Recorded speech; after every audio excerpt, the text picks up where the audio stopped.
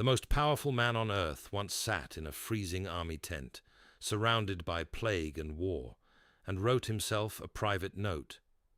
You control almost nothing. Think about that for a moment.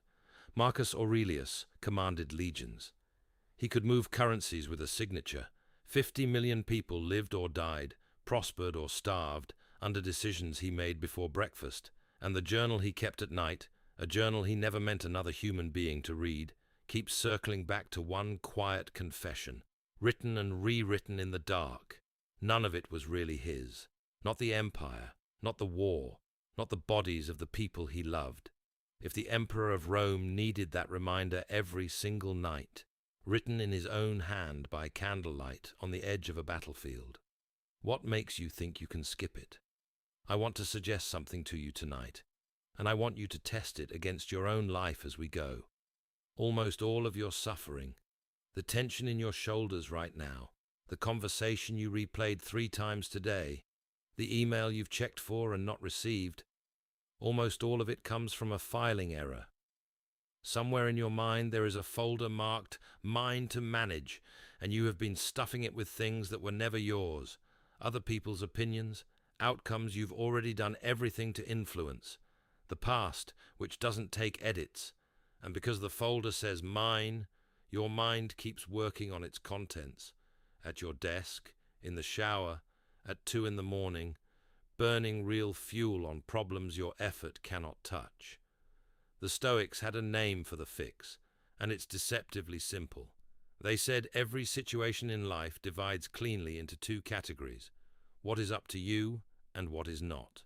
Your judgments, your attention, your effort, your responses, yours. Everything else, other people's choices, the economy, the weather, the verdict, the reply, not yours. This sounds like philosophy as decoration, the kind of thing you nod at and forget. It isn't. It's a sorting system. And the sort determines hour by hour where your finite energy goes. Picture 2 employees at the same company. Both get pulled into the same meeting and told the same thing. Their department might be cut in 3 months. Nothing is decided. Same event, same uncertainty, same stakes. The first one spends those 3 months refreshing rumor channels, reading executives' faces in the hallway, lying awake at night modeling scenarios he cannot influence. By the time the decisive meeting comes, he shows up exhausted and quietly resentful, having lived through the layoff 100 times before it was ever announced. The second one hears the same news, goes home, and asks a different question. What here is actually mine?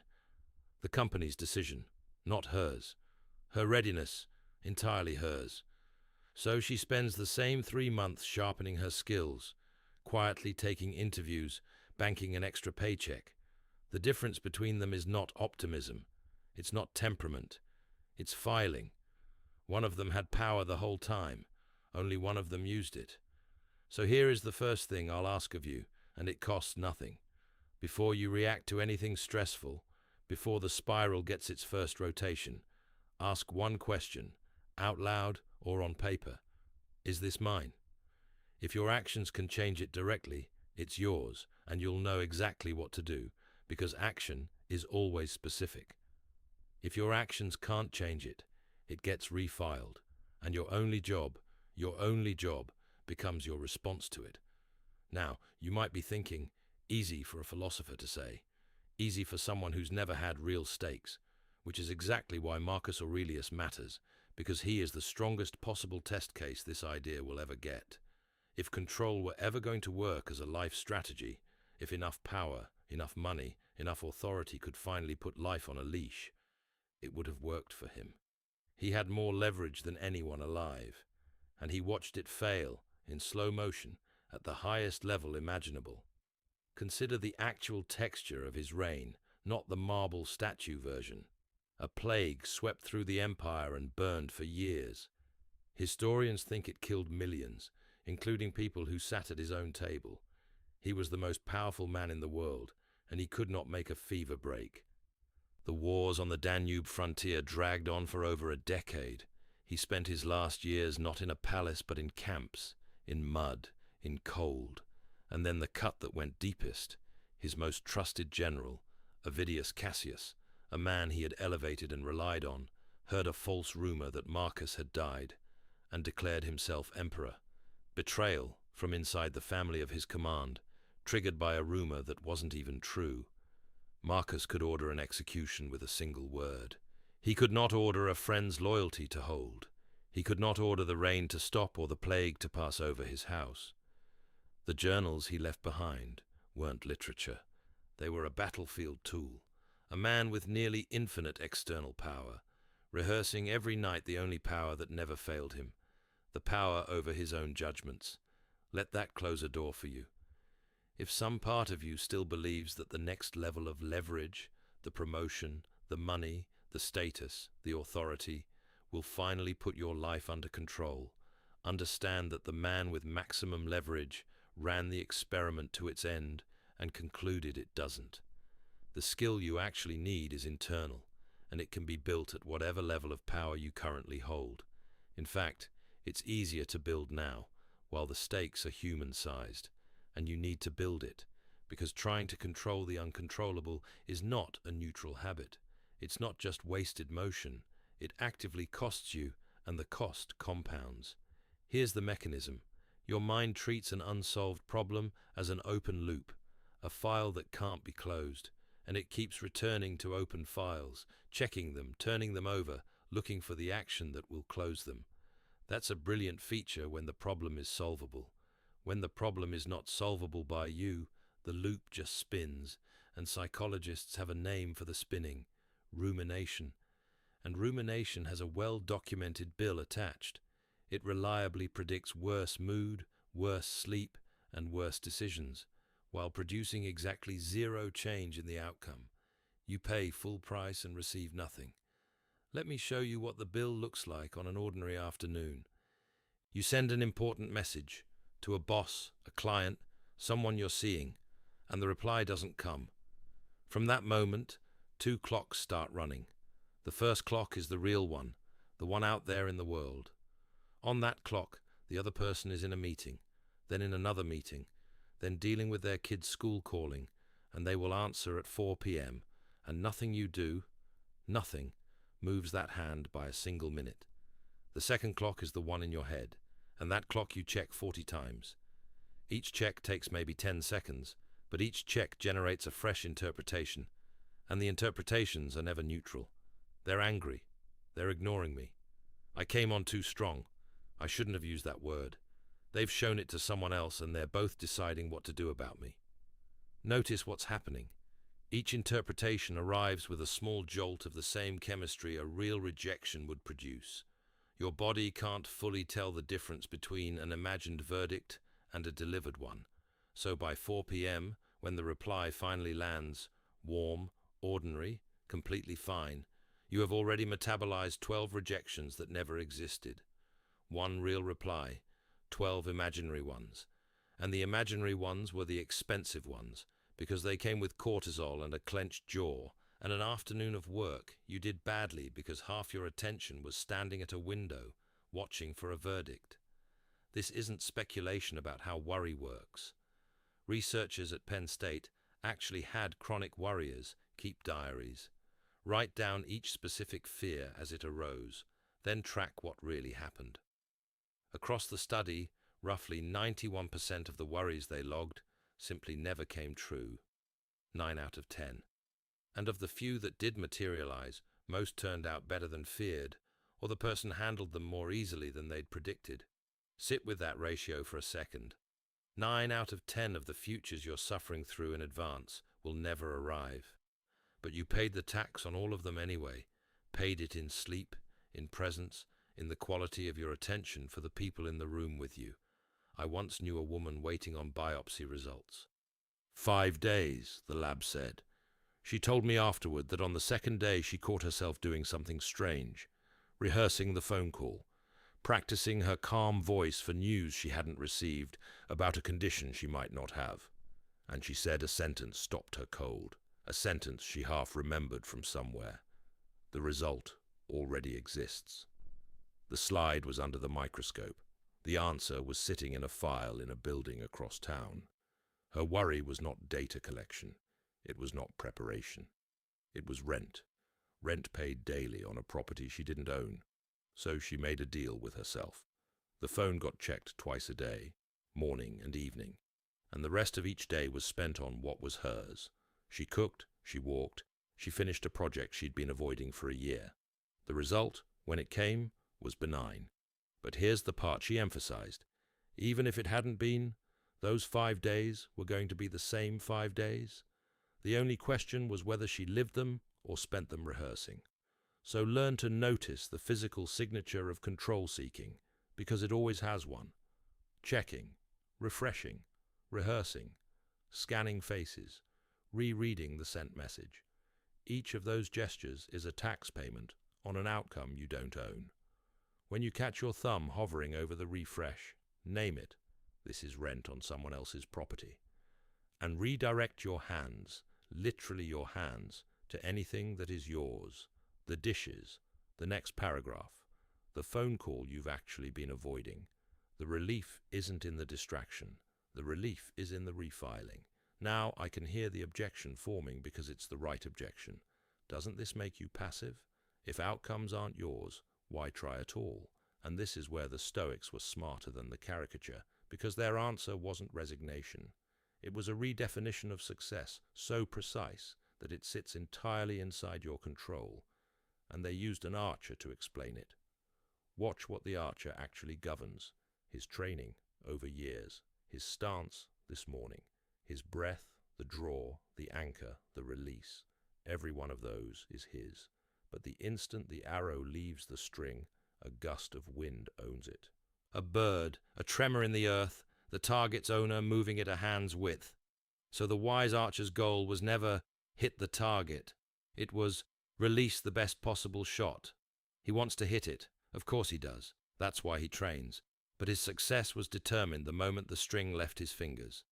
Translate that into a room you might actually stand in. A founder is pitching investors. The amateur's goal is get the yes. But look at what the yes depends on. The fund's quarter, which closed badly. The partner's mood, shaped by an argument at breakfast. A competing startup they happened to meet yesterday that soured them on the whole category. None of that, none of it, is hers. The professional walks into the same room with a different goal. Deliver the clearest, most honest pitch I am capable of. Answer hard questions without flinching, and follow up impeccably. Both founders want the yes equally, but the second one can succeed in a room that says no. And I want to be careful here, because that is not consolation prize thinking. Run it forward 50 pitches. The founder who optimizes the controllable process is compounding skill. Every room makes her sharper because her measure of success is something she can actually study and improve. The founder chasing the yes is compounding anxiety. Every no is a verdict on her worth, so each room makes her tighter, needier, worse. And here is the paradox that makes this philosophy practical rather than pretty. The process-focused founder ends up with more yeses. Releasing the outcome usually improves it, because trembling hands aim badly. The people most desperate to control the result are the ones whose desperation leaks into the room and ruins it. So try this with the goals you're carrying right now. Every goal you have can be written 2 ways. The outcome version, get the promotion, and the archer version, be undeniably promotable. Ship the project, document what it changed, and ask for the promotion directly instead of hoping someone notices. The outcome version depends on budgets and politics and your manager's manager. The archer version is yours down to the last word. Write both. Then grade yourself only on the second, and let the first take care of itself more often than you'd believe. Of all the things we file wrongly, though, the biggest category by far isn't outcomes. It's people, their opinions of us, their moods when we walk in, their choices, their approval, their love, and other people are exactly as controllable as weather. You can forecast. You know how your mother gets in December. You can prepare. You can bring the umbrella. You can influence at the margins, the way seeding a cloud sometimes works. But you cannot command the sky, and every adult knows it, and yet we spend decades trying to manage the inner weather of the people whose verdicts we fear. Let me tell you about a man who spent most of his adult life managing his father's disapproval. It started early, and it shaped everything. He chose the safer career because the one he wanted would have drawn that particular silence at the dinner table. He edited his opinions before family gatherings the way you'd edit a speech for a hostile audience. He performed a life, a good performance, decades long, and the disapproval never lifted. Not once, not for a season, because it was never actually about his choices. It was the father's own filing error, an unlived life, projected outward onto his son, grading the boy against a ghost. You cannot win a game where the scorecard is someone else's regret. The son's breakthrough, when it finally came, wasn't a confrontation. There was no airport scene, no letter, no speech. It was a quiet reclassification on an ordinary Tuesday, driving home from another tense visit, when a sentence assembled itself in his mind. His opinion of me is his inner weather. I can bring an umbrella. I cannot stop the rain. That's all. He kept visiting. This isn't a story about cutting people off. He just stopped performing. He mentioned the real opinion at dinner. He talked about the work he actually loved. And strangely, slowly, the relationship improved. Not because the father changed, the father barely changed at all, but because resentment had been the son's response, and the response was always his. Treating people as weather isn't cynicism, and it isn't distance. It's respect for their freedom, and a rescue of your own. There's probably one person whose judgment you're managing hardest right now. You know who it is? The name arrived before I finished the sentence. Notice, this week, just one moment where you're about to perform for them, and consider what it would cost to be honest instead, and let their reaction be what it will be. Weather. Observed, not managed. You might find, as he did, that the umbrella weighs a lot less than the performance did. And then there's the third great category in the wrong folder. And this one we should walk through gently, because grief lives here. The past, the thing you said, the chance you didn't take, the way someone left, or the way you let them. When your mind replays these, and it does, usually at night, usually in high definition, understand what it's actually attempting. It is trying to exert control in a domain where control is structurally impossible. The past is a read-only file. You can open it as many times as you want. You cannot save changes. But here's what is still writable, and it's more than it sounds. Think of a film editor in a cutting room. She cannot reshoot a single frame. The footage is what it is. Every awkward angle, every line delivered wrong. But the same footage can be cut into a tragedy or an origin story, and the cut is entirely her craft. The meaning is assembled in the present, every time. And this isn't just a nice metaphor. Researchers who study people recovering from serious adversity, loss, illness, catastrophe, keep finding the same pattern. The ones who come through aren't the ones who replay the event least.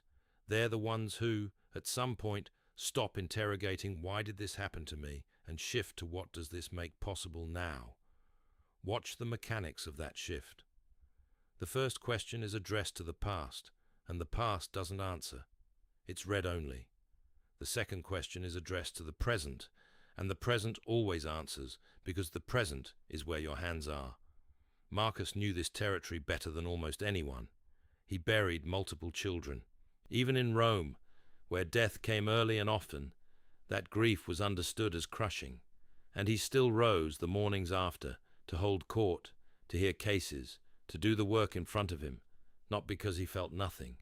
His own pages make clear he felt everything, but because he refused to let the unchangeable dictate the changeable. The deaths were read only. The man he would be at noon that day was still being written. So when a replay loop starts in you, and it will, maybe tonight, there's one question worth holding up to it. Am I reviewing this to extract a lesson, or am I trying to change the footage? Sometimes there is a lesson, and a real lesson fits in one sentence. Write the sentence. Extraction complete. The file can close. But if you're on the 15th viewing and there's no new sentence, you're not learning. You're trying to edit read-only memory, and the only thing being rewritten is your sleep. By now you might be feeling the size of what we've taken off the table. Outcomes, not yours. Other people, not yours.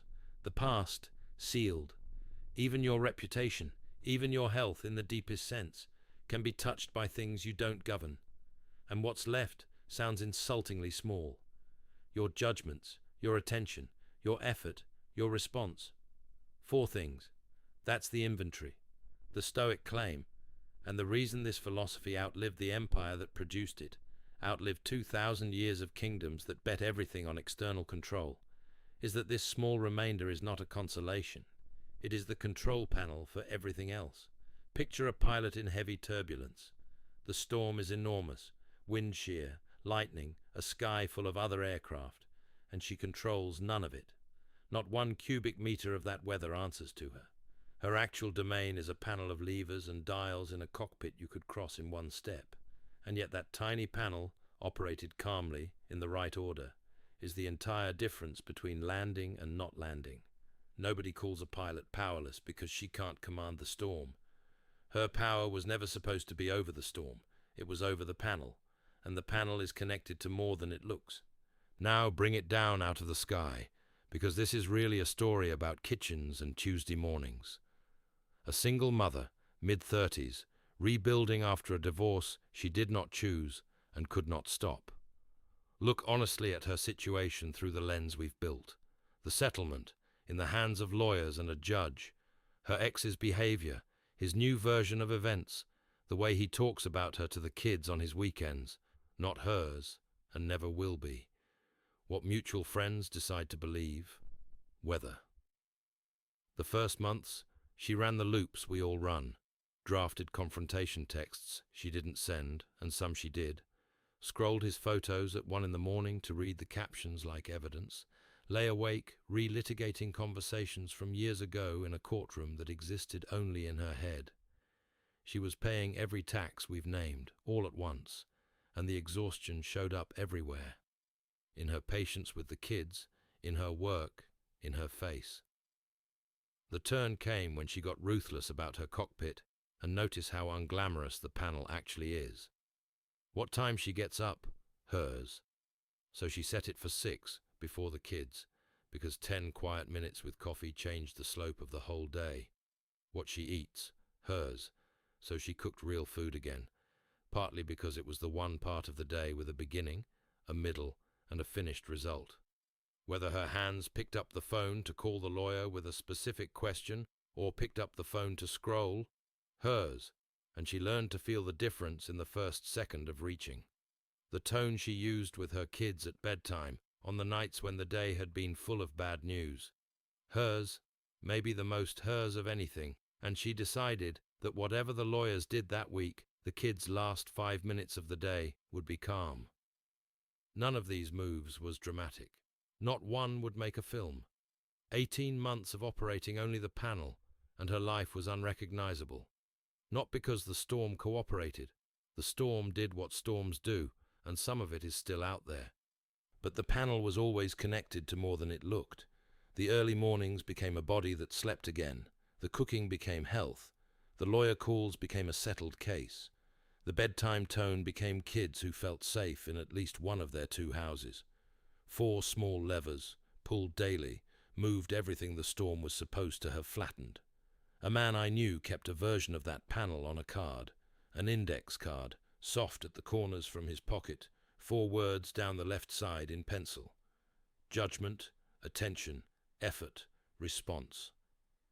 Every morning, standing at the kitchen counter before anyone else was up, he'd write 1 line next to each. Judgment. The reorg is information, not a verdict on me. Attention. Phone stays in the drawer until the proposal draft is done. Effort. 1 full honest hour on the hard part first. Response. When my brother calls about the house, I breathe once before I answer.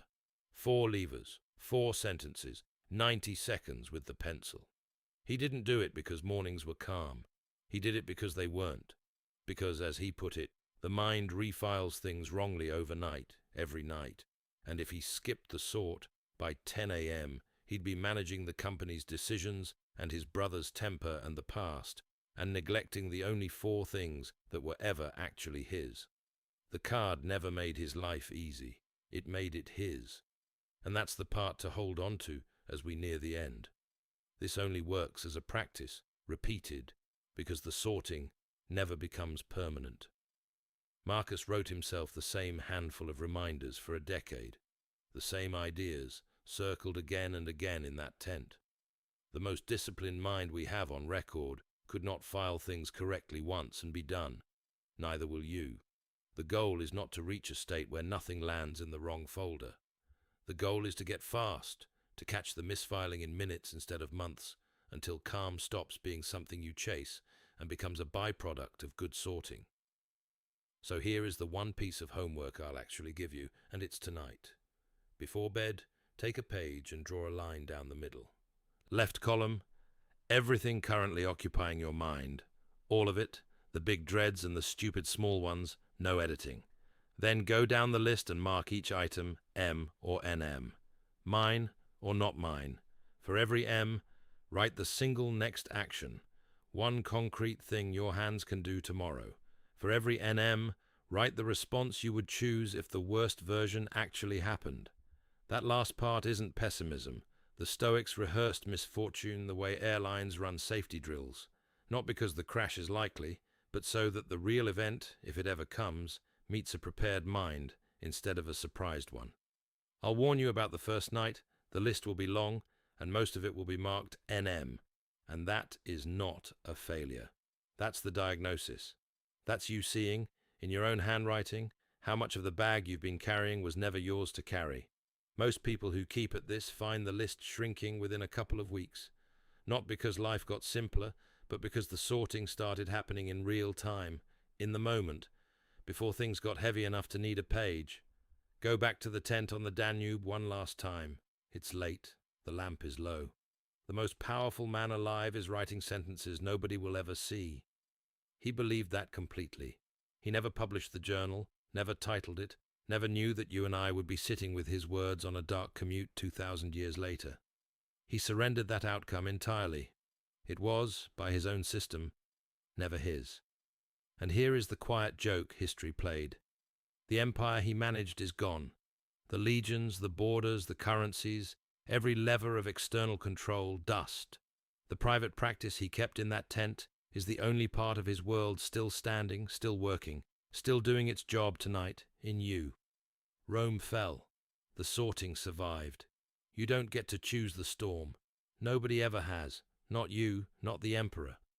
But every morning the cockpit is unlocked, and the 4 levers are waiting, and that has always been enough for the people who actually used them. If this helped you sort even one thing tonight, there's a whole library of these sessions here. Stay, keep listening, and let the next one find you when you need it. But before any of that, the page, the line down the middle, the 2 columns. Don't aim to feel better. Aim to see. The pen is enough for tonight.